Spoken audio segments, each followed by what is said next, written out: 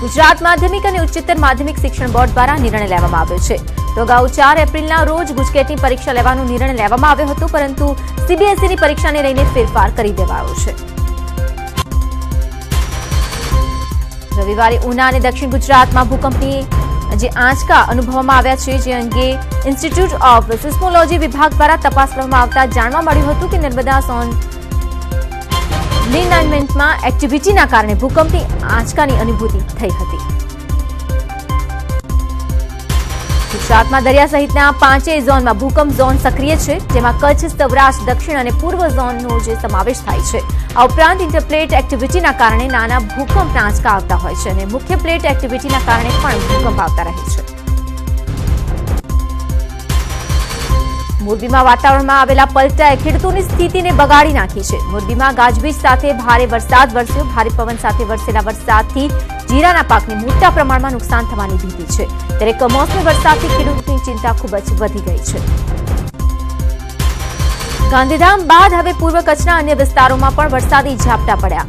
અંજાર અને ભચાઉ સહિત આસપાસના વિસ્તારોમાં વરસાદી ઝાપટા પડતા ખેડૂતોની ચિંતામાં વધારો થયો છે। કચ્છમાં કમોસમી વરસાદ જોવા મળ્યો છે। ગાંધીધામના કેટલાક વિસ્તારોમાં વરસાદ વરસ્યો જેના કારણે વાતાવરણમાં ખૂબ જ ઠંડક પ્રસરી ગઈ છે તો કમોસમી વરસાદ પડતા ખેડૂતો ચિંતામાં મુકાયા છે। પોરબંદરના અડવાણા ગામે વરસાદ વરસ્યો। કમોસમી વરસાદ પડતા રસ્તા પર પાણી ફરી વળ્યા। ધાણા, જીરું તથા ઘઉં સહિતના પાકને વરસાદથી નુકસાન થવાની ભીતિ ખેડૂતોને લાગી રહી છે। બનાસકાંઠા જિલ્લામાં વાતાવરણમાં પલટો જોવા મળ્યો છે। અચાનક આવેલા પલટાના કારણે ખેડૂતો પર ચિંતાના વાદળો ઘેરાયા છે અને તેમને પાક નુકસાન જવાની ભીતિ છે। દ્વારકાના ઓખા મીઠાપુર પંથકમાં પણ વરસાદ વરસ્યો। વરસાદ વરસતા અચાનક જ વાતાવરણમાં પલટો જોવા મળ્યો છે। કમોસમી વરસાદથી ખેડૂતોના પાક નાશ થવાની તેમની ચિંતા સતાવી રહી છે। દેવભૂમિ દ્વારકામાં કલ્યાણપુરના નગડિયા ગામના ખેડૂતનું ઝેરી દવા પીધા બાદ સારવાર દરમિયાન મોત નીપજ્યું છે। 27 વર્ષીય યુવાને પાક નિષ્ફળ જવાની ભીતિ આપઘાત કરી લીધો હતો। ખેતમજૂરે ગત 9મી જાન્યુઆરીના રોજ ઝેરી દવા પી લીધી હતી ત્યારે ખેડૂતને 60 વીઘામાં મગફળીનું વાવેતર કર્યું જે નિષ્ફળ જવાનો ડર ખેડૂતને સતાવી રહ્યો હતો।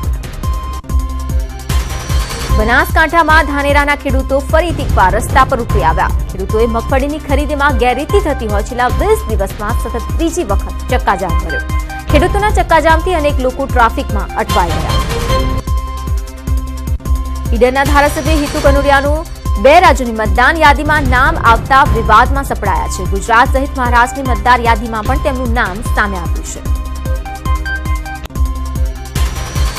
ઈડર વિધાનસભાની ચૂંટણી વખતે તેમણે ખોટું સોગંદનામું કર્યું હતું અને હવે તેઓએ 2 મતદાર યાદીમાં નામ હોવાની વાતનો પણ સ્વીકાર કર્યો છે। તેમણે જણાવ્યું છે કે તે વર્ષોથી મુંબઈ રહેતા હોવાથી તેમનું નામ ત્યાંનું છે। વધુમાં તેમણે કહ્યું છે કે તેમણે નામ કમી કરવા માટે પણ અરજી આપેલી છે।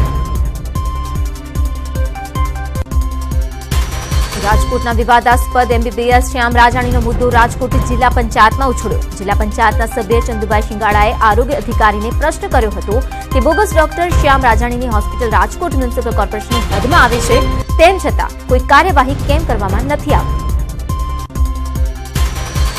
ગુજરાત રાજ્યના આરોગ્ય વિભાગના 50,000થી વધુ આરોગ્ય કર્મચારીઓએ તેમના વિવિધ પડતર પ્રશ્નોને લઈને કાળી પટ્ટી ધારણ કરીને આંદોલનનું રણશીંગું ફૂંક્યું।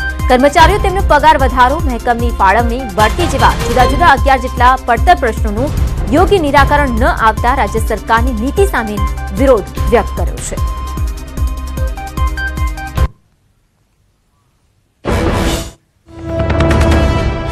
સમાચાર મળી રહ્યા છે દાદરાનગર હવેલીથી જ્યાં ટેમ્પોએ પલટી મારી છે।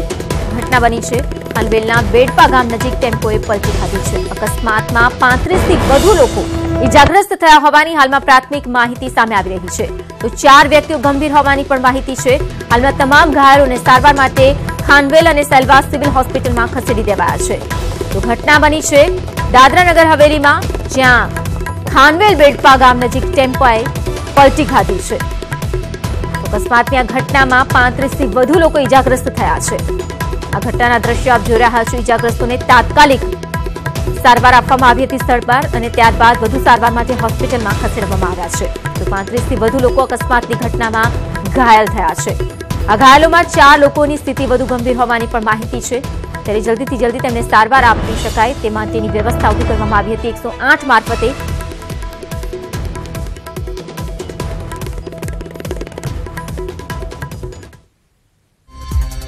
ગુજરાતમાં યોજાયેલી 9મી વાયબ્રન્ટ ગુજરાત ગ્લોબલ સમિટના સમાપન બાદ કોંગ્રેસ મેદાને આવી છે અને વાયબ્રન્ટમાં કરાયેલ ધૂમ ખર્ચને ગણાવતા ભાજપ સરકાર પર પ્રહારો કર્યા છે। કોંગ્રેસના પ્રવક્તા મનીષ દોશીએ જણાવ્યું હતું કે વાયબ્રન્ટમાં અપાયેલ ગાલા ડિનરમાં પ્રતિ વ્યક્તિ દીઠ 13,000 રૂપિયા ખર્ચવામાં આવ્યા છે। ગુજરાતમાં નામમાત્રનું રોકાણ કરવા આવેલા વીવીઆઈપી પાછળ લાખો રૂપિયાનું એંધાણ કરવામાં આવ્યું, જ્યારે ગુજરાતમાં આંગણવાડીમાં પ્રતિ બાળક માત્ર 4.5 રૂપિયાથી 6 રૂપિયા ચૂકવવામાં આવે છે। બીજી તરફ મનીષ દોશીએ જણાવ્યું હતું કે ગાયોના નામે મત માગનારી ભાજપની સરકાર ગાયના ઘાસચારા માટે પ્રતિદિન માત્ર 20 રૂપિયા ચૂકવે છે, ત્યારે વાયબ્રન્ટ જેવા કાર્યક્રમોમાં લખલૂટ ખર્ચા કરે છે। રાજકોટ જિલ્લા પંચાયત છેલ્લા 1 વર્ષથી ચર્ચામાં છે। વિવાદાસ્પદ સભ્યોની હાજરીમાં વર્ષ 2019-20નું રૂપિયા 4,490.1 કરોડનું બજેટ રજૂ કરવામાં આવ્યું હતું અને તેને વિવાદાસ્પદ ગણાવાતા સભ્યોએ મંજૂર કરવામાં આવ્યું છે, તેમજ આ સેશનમાં સભ્યોના ભથ્થા વધારવાની ચર્ચા પણ કરવામાં આવી છે। મુખ્યમંત્રી હસ્તકના શહેરી વિકાસ વિભાગની વેબસાઇટ નથી કરાઈ અપડેટ। તમામ કામો ઓનલાઈન કરવાના મુખ્યમંત્રીના અભિગમ હોવા છતાં પણ શહેરી વિકાસ વિભાગ નીરસ જોવા મળી રહ્યું છે, કારણ કે અમદાવાદ મનપા મેયર તરીકે હજુ પણ ગૌતમ શાહનું નામ યથાવત છે, જ્યારે કે હાલના મેયર છે વિજલ પટેલ। અમરેલીમાં ભાજપના મહામંત્રી દારૂની મહેફિલમાં ઝડપાયા। મહામંત્રી ગોપાલ આંટાળા દારૂની મહેફિલ માણતા ઝડપાયા છે। કુકાવાવ રેલવે પોલીસ અને વડિયા પોલીસે કરેલી રેડમાં દારૂની મહેફિલ ઝડપાઈ હતી, જેમાં એક બેંક મેનેજર પણ દારૂની મહેફિલમાં પકડાયો છે। આમ આદમી પાર્ટીના નેતા સંજયસિંહ ગુજરાતની મુલાકાતે છે, ત્યારે સંજયસિંહે વિપક્ષી પાર્ટીઓ દ્વારા રચાયેલ ગઠબંધન મામલે પત્રકારો સાથેની વાતચીતમાં જણાવ્યું છે કે વર્તમાન કેન્દ્ર સરકાર તમામ મોરચે નિષ્ફળ રહી છે, ત્યારે અલગ અલગ જગ્યાએ ગઠબંધન રચાઈ રહ્યું છે।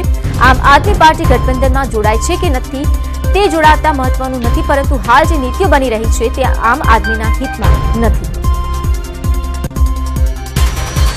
અલ્પેશ ઠાકોરે તેની એકતા યાત્રાની સાથે લવ યાત્રા અંગે પણ દિલ ખોલીને વાત કરી છે। રૂઢિચુસ્ત સમાજમાંથી આવતા અલ્પેશ ઠાકોરે લવ મેરેજ કર્યા છે। અલ્પેશ ઠાકોર અને તેમની પત્ની બંને કોલેજ સમયમાં સાથે અભ્યાસ કરતા હતા અને બંનેને પ્રેમ થયો।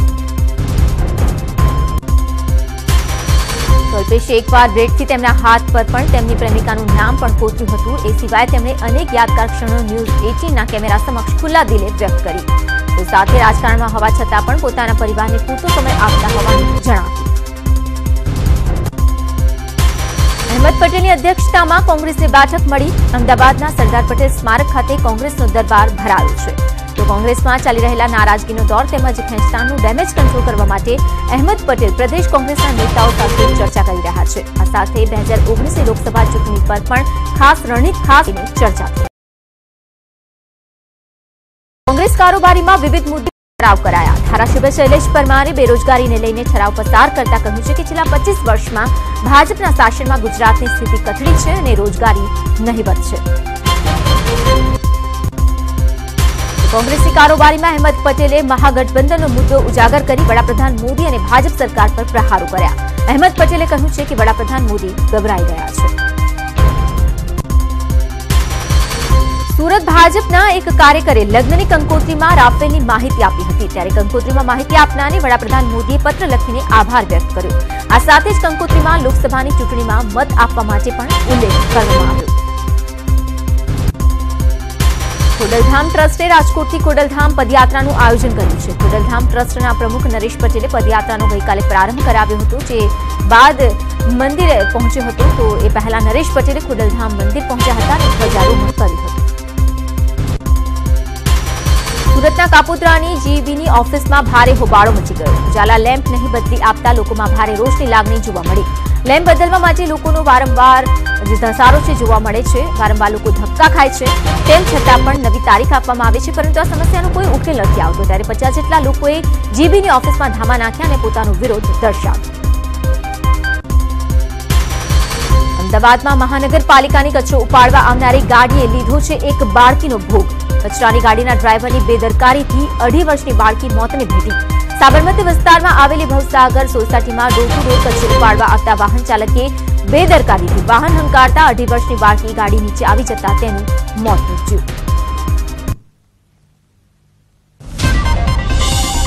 બાળકી તેના દાદી સાથે કચરો નાખવા આવી ત્યારે આ ઘટના સર્જાઈ હતી. જોકે ઘટના બાદ કચરો પાડવા આવેલ વાહન ચાલક અને મહિલા બંને ત્યાંથી ફરાર થઈ ગયા હતા.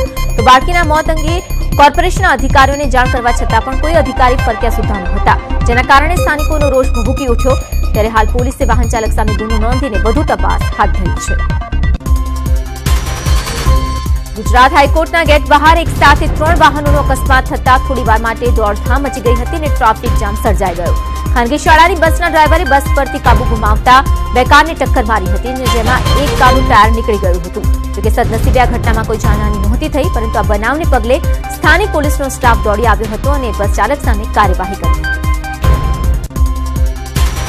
શિક્ષણમાં ઉદ્ભવતા પ્રશ્નોની સરકારમાં રજૂઆત કરતા ગુજરાત રાજ્ય શાળા સંચાલક મહામંડળ અને અખિલ ગુજરાત રાજ્ય શાળા સંચાલક મહામંડળ વચ્ચે વિવાદ ઉભો થયો છે. શિક્ષકોના પ્રશ્નોનું નિરાકરણ આવે તે માટે બનેલા મહામંડળ હાલ પોતાના જ પ્રશ્નોનું નિરાકરણ કરવામાં અસમર્થ બન્યા છે. 1960 થી કાર્યરત ગુજરાત રાજ્ય શાળા સંચાલક મહામંડળના અધ્યક્ષની મંજૂરી વગર જ 2007માં બનેલા અખિલ ગુજરાત રાજ્ય શાળા સંચાલક મહામંડળ દ્વારા અધિવેશન બોલાવવાનો નિર્ણય લેવાતા બંને મંડળ વચ્ચે હાલ ભાગલા પડી ગયા છે. ત્યારે આ મુદ્દે ગુજરાત રાજ્ય શાળા સંચાલક મહામંડળના પ્રમુખ ભાસ્કર પટેલે જણાવ્યું હતું કે મહામંડળ દ્વારા આગામી 28 ફેબ્રુઆરીએ કલોલ ખાતે અધિવેશન બોલાવવામાં આવ્યું છે, છતાં પણ જે કોઈ 2007માં બનેલા અખિલ ગુજરાત રાજ્ય શાળા સંચાલક મહામંડળ અધિવેશનમાં ભાગ લે તો તેની મરજી છે અને વ્યક્તિગત નિર્ણય હશે. અમદાવાદના બાપુનગરમાં આવેલી ભગવતી શાળા ફરી એકવાર વિવાદમાં સપડાઈ છે, જેમાં આ વખતે એક શિક્ષક દ્વારા વિદ્યાર્થીનીની છેડતી કરાયાના આક્ષેપ સાથે વાલીઓનું ટોળું શાળાએ પહોંચી ગયું. આ તરફ સ્કૂલના સત્તાધીશોએ બચાવ કરતા કહ્યું છે કે શિક્ષક સંદીપ દ્વારા માત્ર લાફો મારવામાં આવ્યો હતો અને બાદમાં વિદ્યાર્થીનીને ગેરસમજ થઈ હોવાથી આ વાત ઉપજાવી કાઢવામાં આવી હોવાનું સત્તાધીશોનું કહેવું છે. જોકે આ વાત સામે આવતા જ સ્કૂલના સત્તાધીશોએ શિક્ષક સંદીપને કાઢી મૂક્યો છે. છોટાઉદેપુર જિલ્લા શિક્ષણ અધિકારીએ શિક્ષકોને આદેશ કર્યો. 48 શિક્ષકોએ મકાન લોન ભરપાઈ ન કરતા એક જ હપ્તે લોન ભરવા માટે આદેશ કરવામાં આવ્યો છે અને 48 શિક્ષકોને 2 લાખથી 5 લાખ સુધીની મકાન લોનની ગ્રાન્ટ ફાળવવામાં આવી હતી. આ ફાળવણી 2002, 2003 અને 2015-2016ના નાણાકીય વર્ષમાં કરવામાં આવી હતી, જે હજુ સુધી ભરપાઈ ન થતા આદેશ કરાયો છે. ભરૂચ જિલ્લાના અંકલેશ્વરના તાલુકાના વિકાસ અધિકારી કલાબેન ખંભાતીના એક ફરમાને શૈક્ષણિક જગતમાં વિવાદ સર્જ્યો છે. ટીડીઓના એક પરિપત્ર અનુસાર દેશમાં યોજાનારી સ્વચ્છ સુંદર શૌચાલય હરીફાઈ અંતર્ગત શિક્ષકોને શેડ્યુલ પકડાવી દેવાતા શિક્ષકો વિરોધના મૂડમાં દેખાઈ રહ્યા છે. ગ્રામ પંચાયતોમાં આવેલ જાહેર શૌચાલયોમાં રંગીન ચિત્રો દોરવા તાલુકા વિકાસ અધિકારીએ સૂચના જારી કરતા શિક્ષણ સંઘે તે કામગીરીનો વિરોધ નોંધાવ્યો છે અને જારી કરાયેલ સરકારી પરિપત્ર સર્વોચ્ચ અદાલતના શિક્ષકોને બિન શૈક્ષણિક કામગીરી નહીં સોંપવાના આદેશનો ભંગ હોવાનું જણાવ્યું છે. તો મામલો વિવાદી બનતા અંકલેશ્વર તાલુકા વિકાસ અધિકારીના સૂર પણ બદલાઈ ગયા છે અને વિવાદ મોટું સ્વરૂપ પકડે તે પહેલા જ ફરમાને તાત્કાલિક અસરથી રદ કરી શિક્ષકોને કામગીરી નહીં કરવા સૂચના આપી મામલાને થાળે પાડવાનો પ્રયત્ન કરવામાં આવ્યો. તો શિક્ષકોએ પણ હવે જો આ પ્રકારની કામગીરી સોંપાય તો તંત્રને અદાલત સુધી લઈ જવાની ચીમકી ઉચ્ચારી છે. રાજકોટ જિલ્લા પંચાયતના કોંગ્રેસના સભ્ય ચંદુભાઈ શિંગાળાએ જિલ્લા પંચાયતની સામાન્ય સભામાં કોંગ્રેસના ચંદુભાઈ શિંગાળાએ ગામડાની દીકરીઓએ તેમના માસિક પીરિયડ્સ દરમિયાન ક્ષોભજનક સ્થિતિમાં ન મુકાવવું પડે તે માટે સેનેટરી પેડ્સ માટે ગ્રાન્ટ ફાળવવા માટેની રજૂઆત કરી અને જિલ્લા પંચાયતના તમામ સભ્યોએ તેમની આ રજૂઆતને વધાવી લીધી. જિલ્લાની દીકરીઓના સેનેટરી પેડ્સ માટે 25 લાખની ગ્રાન્ટ ફાળવવાનો ઠરાવ પસાર કરવામાં આવ્યો હતો. તો સામાન્ય સભામાં જિલ્લા પંચાયતના મહિલા સભ્યોએ ચંદુભાઈની રજૂઆતને તાળીઓના ગડગડાટ સાથે વધાવી લીધી. રાજકોટમાં આયુષ્યમાન ભારતના કાર્ડ કાઢી આપનાર એક આરોપીની પોલીસે ધરપકડ કરી છે, જ્યારે 2 આરોપી સામે ફરિયાદ દાખલ કરવામાં આવી છે. આરોપીઓ કોઈપણ જાતની મંજૂરી વગર આયુષ્યમાન ભારત યોજનાના કાર્ડ કાઢી આપતા હતા, ત્યારે આરોપીઓ લોકો પાસેથી કાર્ડ કાઢવાના 100 રૂપિયા ઉઘરાવતા હતા.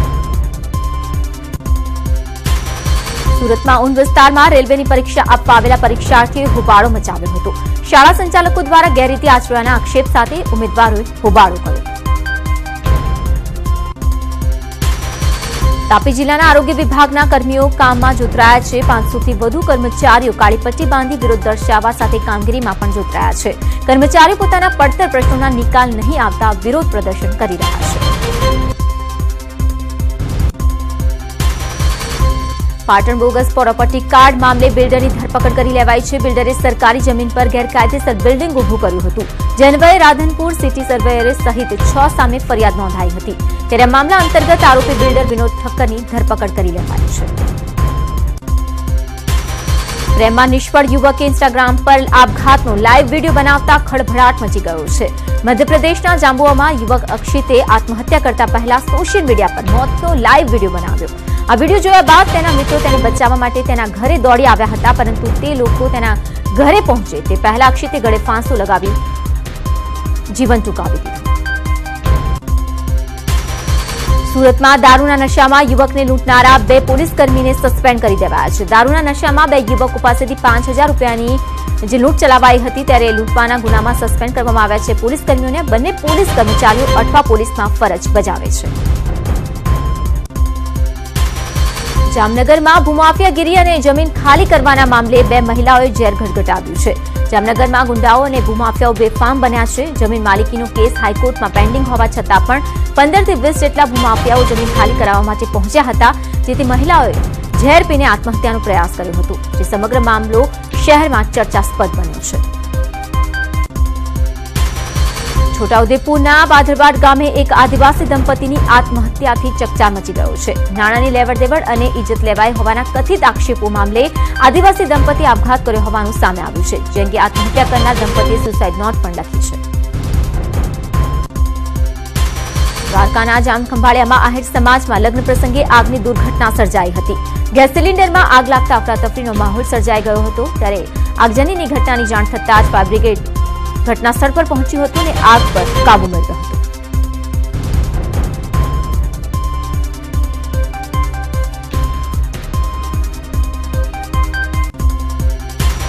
લુણાવાડાના ભરાડ ગામે એક યુવાનનું વીજ કરંટ લાગતા કમકમાટી ભર્યું મોત નીપજ્યું. યુવકને ગંભીર શોક લાગ્યો હતો અને ઘટના સ્થળ પર જ આ યુવક મોતને ભેટ્યો હતો. ત્યારે સ્થાનિકોનો આ મોત મામલે જીવીને જાણ કરી હતી.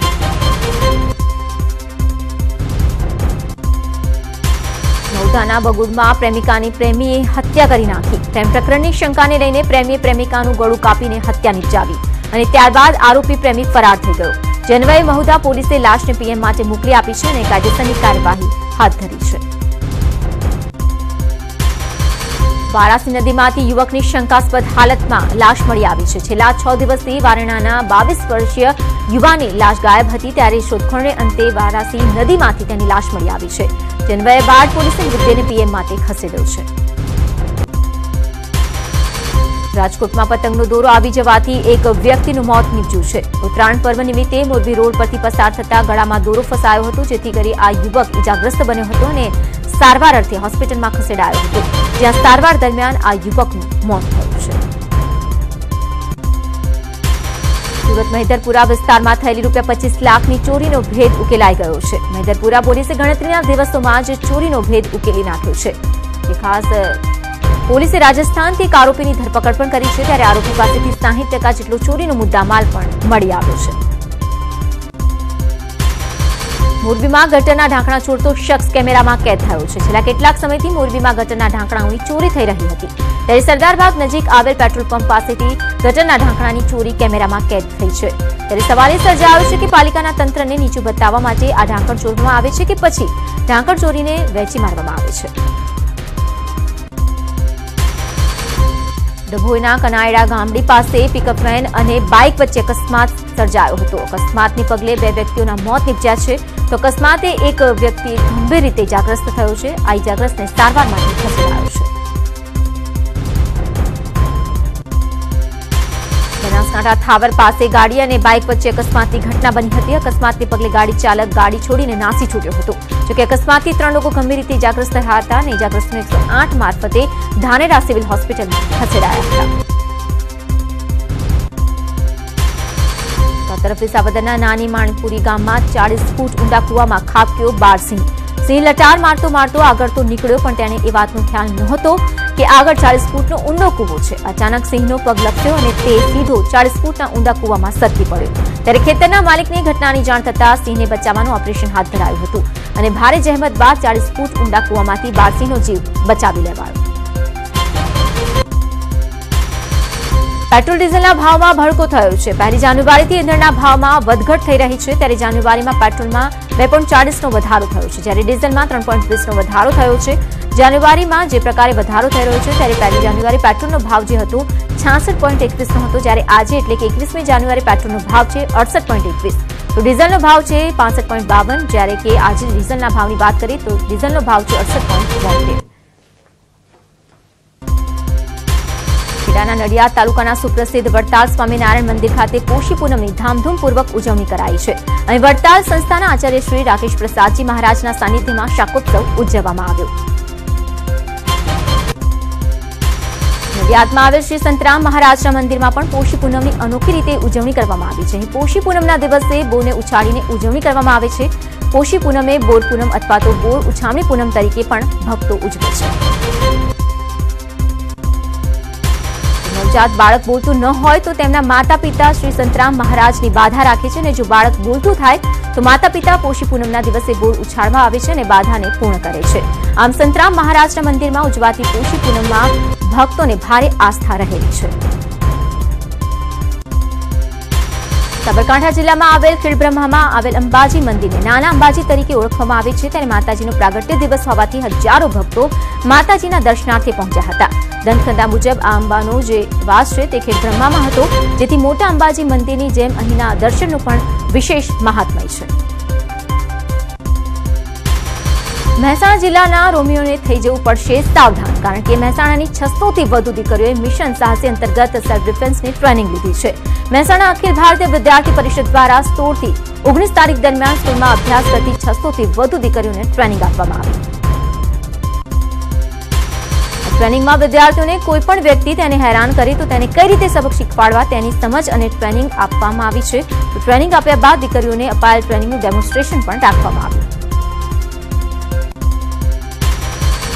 દેશના સૌથી મોટા બેન્કિંગ કૌભાંડોને અંજામ આપી એન્ટિગામાં બેઠેલા હીરા વ્યવસાયી મેહુલ ચોકસીએ હવે ભારતની નાગરિકતા પણ છોડી દીધી છે। ચોકસી સોમવારે તેનો ભારતીય પાસપોર્ટ સરેન્ડર કરી દીધો છે। ચોકસીએ એન્ટિગા હાઈકમિશનમાં પાસપોર્ટ જમા કર્યો છે। મેહુલ ચોકસી પંજાબ નેશનલ બેંકમાં 14,000 કરોડ રૂપિયાના કૌભાંડનો આરોપી છે। કૌભાંડ સામે આવે તે પહેલા ચોકસી જાન્યુઆરીમાં દેશ છોડીને ભાગી ગયો હતો, ત્યારે કેસમાં તેનો ભત્રીજો નીરવ મોદી પણ આરોપી છે। ચોકસીના પ્રત્યાર્પણમાં લાગેલી સરકાર માટે આ એક મોટો ઝટકો માનવામાં આવી રહ્યો છે। ગત સુનાવણીમાં ચોકસીએ પોતાના સ્વાસ્થ્યનો ઉલ્લેખ કરતા જણાવ્યું હતું કે વિમાનમાં 41 કલાક મુસાફરી કરીને તે ભારત આવવા માટે સક્ષમ નથી। જો કે આ અંગે પ્રતિક્રિયા આપતા ગૃહમંત્રી રાજનાથસિંહે કહ્યું છે કે અમારી સરકારે આર્થિક ભાગેડૂનો કાયદો પાસ કર્યો છે। જે ભાગી ગયા છે તેમને પરત લાવવામાં આવશે અને કોઈને માફ નહીં કરાય। કૌભાંડી મેહુલ ચોકસીએ ભારતીય નાગરિકતા છોડી ભારતીય પાસપોર્ટ સુપરત કર્યો છે અને ભારતીય અધિકારીઓને પાસપોર્ટ સોંપતા ચોકસીએ પોતાનું સરનામું એન્ટિગુ બતાવ્યું છે।